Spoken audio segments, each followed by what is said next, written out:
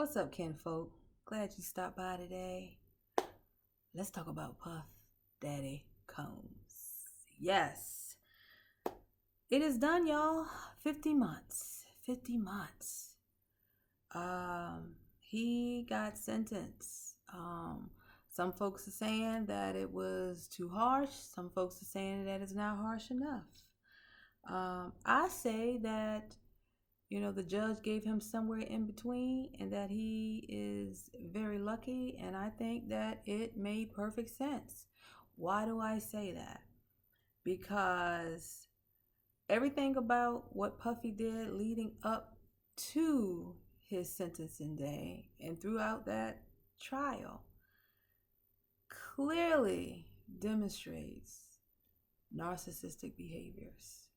And a man who has been so successful using these behaviors to get him out of everything that he needed a real consequence.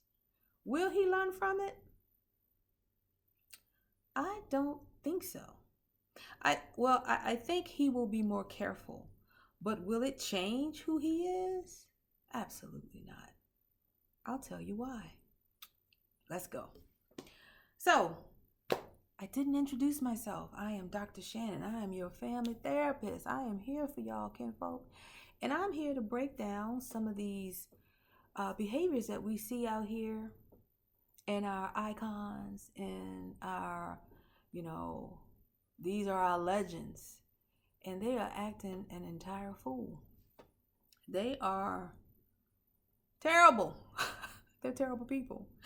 They are. And it really bothers me how we have folks who will dance around that. Oh, well, the industry this and the industry that, and that's why he's this and that's why he's that. Well, if that was the case, then everybody would be horrible in the industry. These are choices.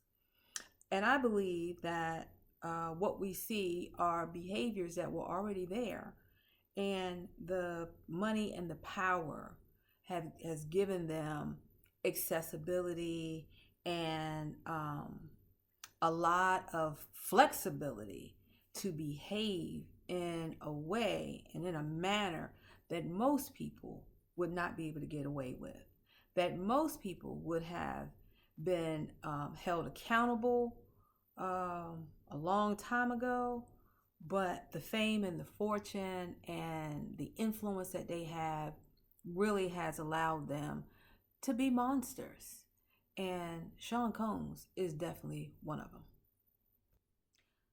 So what do we know about Puff Daddy? Everything, right? I mean, my goodness, if you are a hip hop fan, the boy was bad. I mean, that he controlled an era at one time. He defined it. I mean, if Puffy was on it, it was a hit. It goes without saying that, he's talented, extremely talented, that he has an eye for talent, that he's gifted in the talent acquisition, let's say. He was really good. He was really good, and we know that. But several things can be true all at the same time.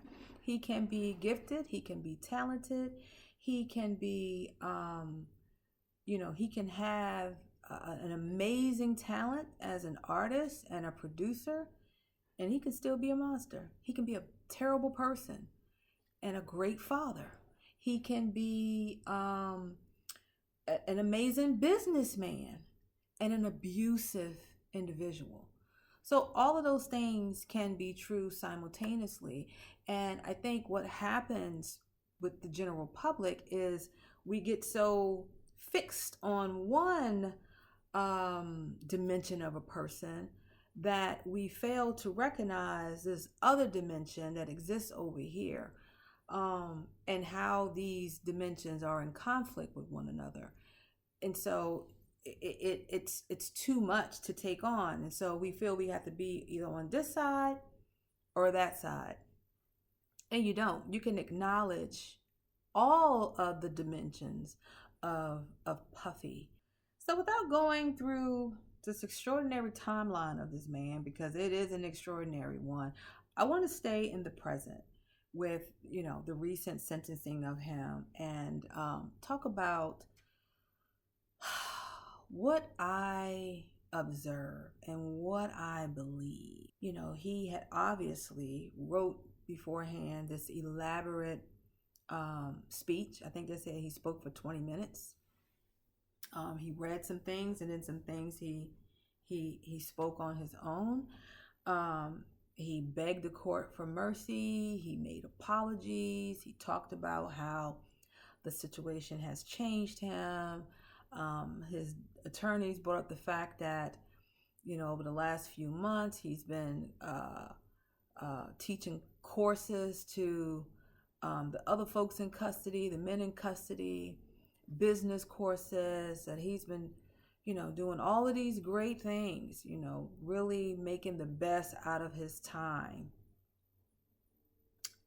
So he did all of that. But guess what else he did? A week before his sentencing, leading up to his sentences, he scheduled speaking engagements in Miami. Yeah. Mr. I've changed. I've done, I'm so apologetic. I need mercy. I was sick. I'm sober now. And, I've really changed. He had already planned speaking engagements. That didn't happen the week before his sentence. It was confirmed the week before his sentence. But this was something that he had been working on leading up to his sentence. So what does that say? It says he was so certain of his skills in manipulating and convincing, and he knows that he's very believable because he's been successful. He thought he was smarter than the system, and that ego that comes with people who possess that kind of behavior is massive. And that ego played chess with the court system and lost. He lost. He went ahead and planned speaking engagements because he was certain that he was going to be convincing enough to that judge that he would get time served, because he was that certain of his skill set in manipulation. That's why homeboy went ahead and scheduled that speaking engagement. Like, oh yeah, I got this. I'm not even worried about that. Go on and put that on the books. See? So when people say that he's changed, not at all. Well, let me say this. He's changed, but not in the way that most would like him to be changed. That, his moral character is going to elevate, that he's had some sort of spiritual enlightenment, that he is, he's in a stage of repentance, that he's very apologetic for the harm that he's caused, and all of the poor choices that he made in the height of his career or his addiction, as he says, that he's truly apologetic for that. No, I'm not convinced at all. Not even a little bit. Not even a little bit. Because that act of booking those speaking engagements, when 11 years is on the line and you still decided to roll dice with that, see, that is someone who has an ego that is larger than life. He was so sure. The prosecution called it hubris. right? A lack of respect for the court, this belief that, you are above the law, and you're demonstrating your disregard to the seriousness that exists with your particular case. Um, so, like, he was certain that he would get a lenient sentence, so certain that I'm gonna go ahead and plan. My life is ready. I'm ready to start my life. I ain't got time for this. Like, this part is over. Let me go ahead and get back on the books. That's what that demonstrates. And that is not a person who is reformed. That is not a person who's experienced some sort of awakening, or had a situation has not created a change agent within them, that they recognize the error of their ways. And they're really on a path of reform and trying to correct some of the behaviors that exist with them. I've always said people can say anything out of their mouth. People can say this right here. This right here is a very convincing instrument. But the most powerful form of communication is behavior, right? Remember this. If you don't remember anything else that you ever hear from me, remember this. Behavior is a language. So let's talk about the behavior markers of Puff Daddy, right? Let's talk about that. The grandiosity, right? And if you go back to the video that I did on Dame Dash and Kanye, I go through the series of behavior markers. And we're going to do the same thing for Puffy. So, grandiosity and entitlement. Well, booking a speaking engagement before sentencing, that's pretty grandiose. He sees himself above consequences.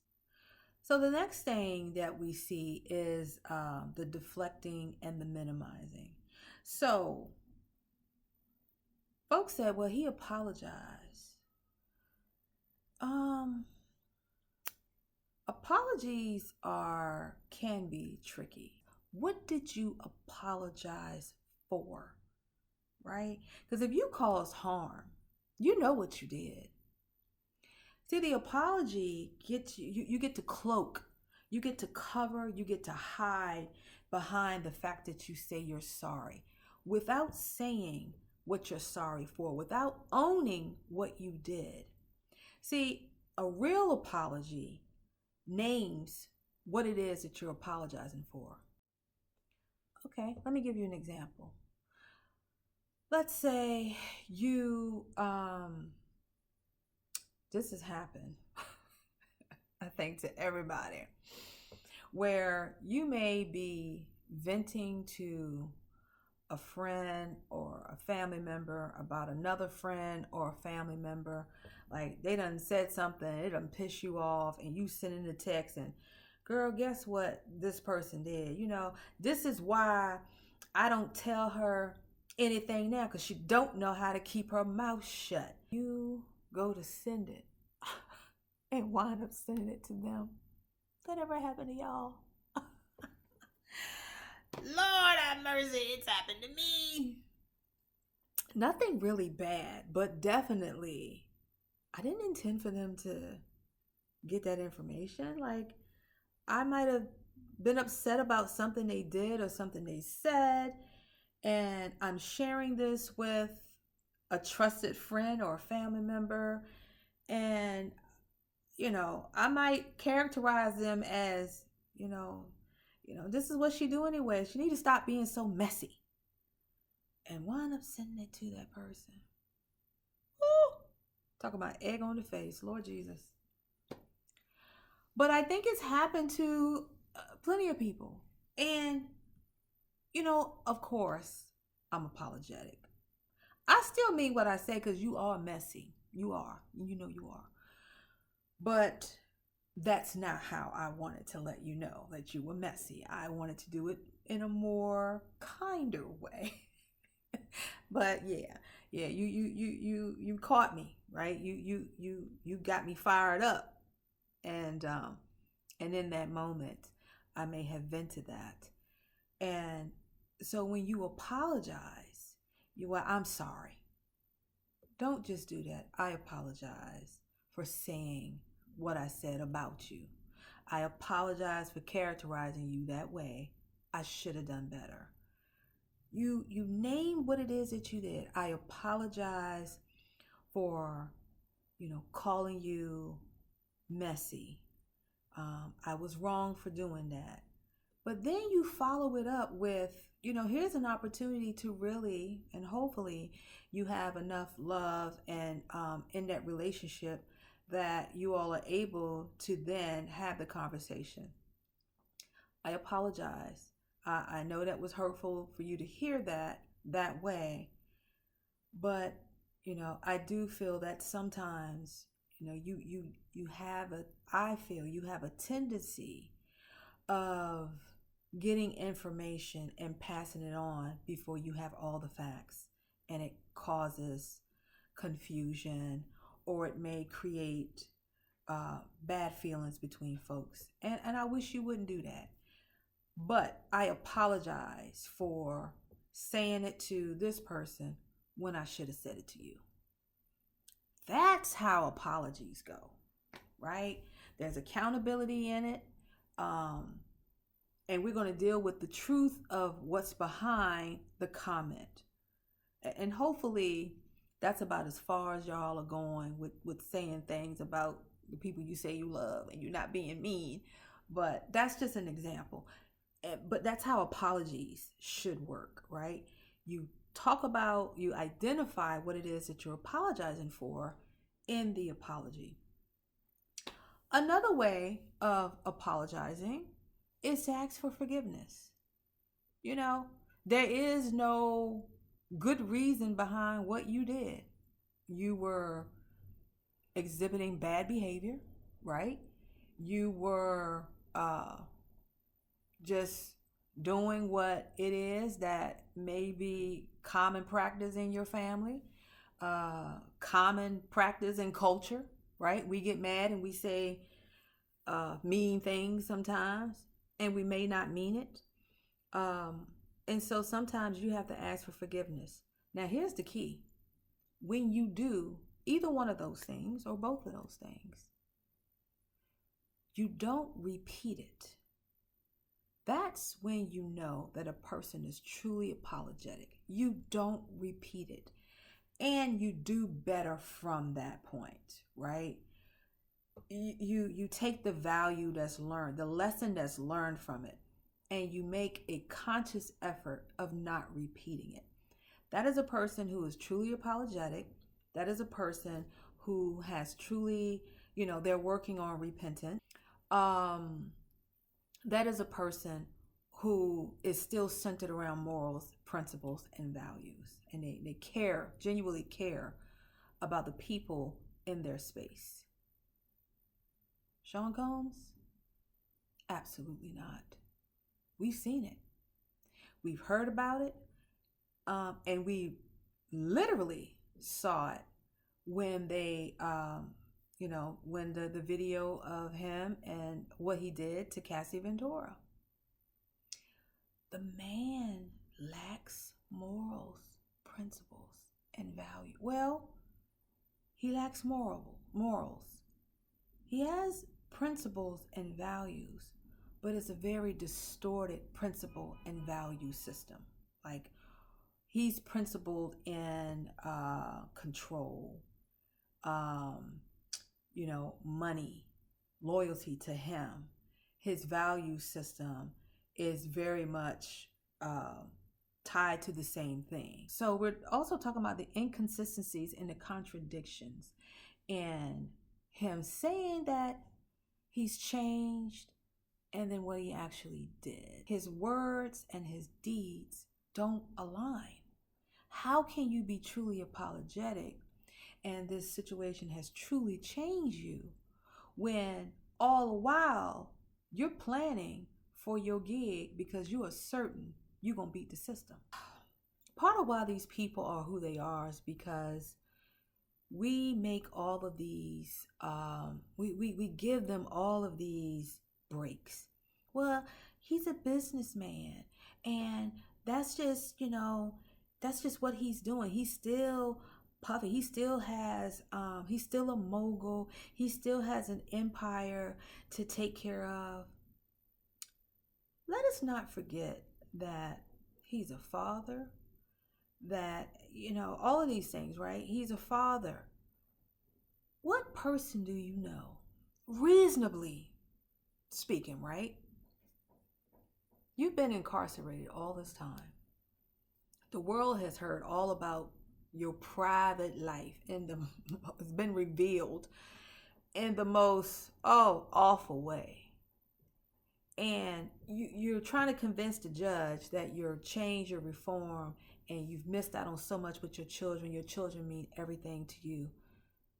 But when you are looking at an opportunity, or you're about to be sentenced, and the possibility of you getting the lower end, and you're going to be released and get time served, you're going to go ahead and book an event.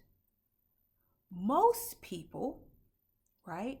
Most people who have a decent moral compass would take that time to just love on their family, to just be surrounded by the people who love them and who they say they love. Like, oh my goodness, you're so grateful. You would be so grateful just to be connected, reconnected with them. That a speaking engagement might be something you do a month, 2 months from now, but definitely not the week following your sentence. Do you get what I'm saying? Like, let's just deal with normal, logical behavior. Normal, logical, and reasonable people don't plan speaking engagements a couple of days after they're supposed to be sentenced. Who have reformed. They don't do that. They spend time with their family. So definitely was victim framing. He did some victim framing. He made himself a victim of his addiction, right? Oh, I wasn't in my right mind. I was sick. I was at my lowest, like playing up to that. I'm a victim of substance abuse. So, had I not been under the influence, a lot of these things wouldn't have happened. I wasn't in my right mind, right? And with that, he was also, this is him seeking sympathy, and it shields the aggressive nature behind what he was actually doing and why he was doing that. He used drugs to get him to the next level for his freak offs. He used drugs as a means to elevate him, to get him prepared for these sexual escapades. So the drugs were a part of, this abusive practice, this very nefarious behavior that he had swept a whole bunch of people into. The drugs were, the element of the party. This is what got it started. Trying to portray himself as, just a victim to his addiction. Very, very clever. Very clever.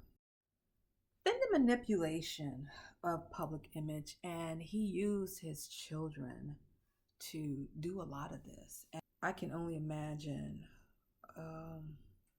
the head game that these boys have experienced under their father, what they've seen, how money and power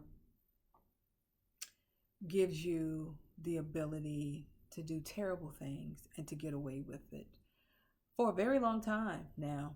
Okay, he got caught up finally, but they were feral. They were big enough. They were doing everything that they were big enough to do for a very, very long time. So if anything, I think this situation only taught them how to be better at what their father was doing, and just how, like, what you need to do to make sure you're not caught, right? That's what I think. And then finally, the lack of genuine accountability. I mean, I just, of course, the booking of the engagement just really shows that. Um, it really demonstrates that he lacks the emotional insight into real change. He really does. He just, it's not there. Um, and it hasn't, I mean, think about it. He's been this way, and you hear people talk about him even when he was a young man coming into the game, that he garnered more power, he garnered more influence, and he just became more of who he really already was. Most of the people in our life don't have the type of power, influence, and notoriety of Sean Combs.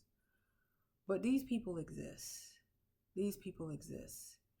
And I want you to really, really think about, some of the behavior markers I've talked about, and make a decision for yourself.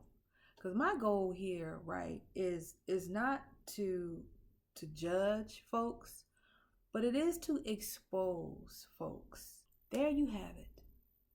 I really hope this resonated with you, because I want you to like, share, and click on the notification bell so you know when I post my next video, because the next video I'm really going to dive a little bit deeper into how you can hold your ground when you are dealing with a Puffy or a Dame Dash or a Kanye or a Nicki Minaj or a Drake.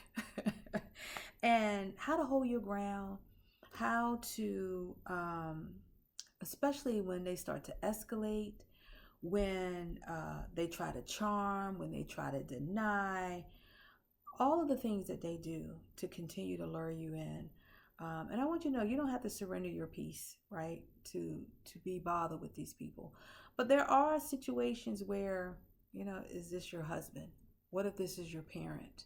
Like, what do you do when this person, like, you're very connected to these people and you may not have the means to just walk away from them or cut them out of your life? So what do you do about that? So we'll get into that. We'll get into, we'll talk about strategies of how to at least make these people, make the relationship manageable. I want to remind you again, if you're interested in having me talk about maybe a situation that you're going through, please write me. The email is below, kinfolkconvo1@gmail.com. That's all I have for you today, kinfolk. Remember, be kind to yourself first, then make sure you're kind to others.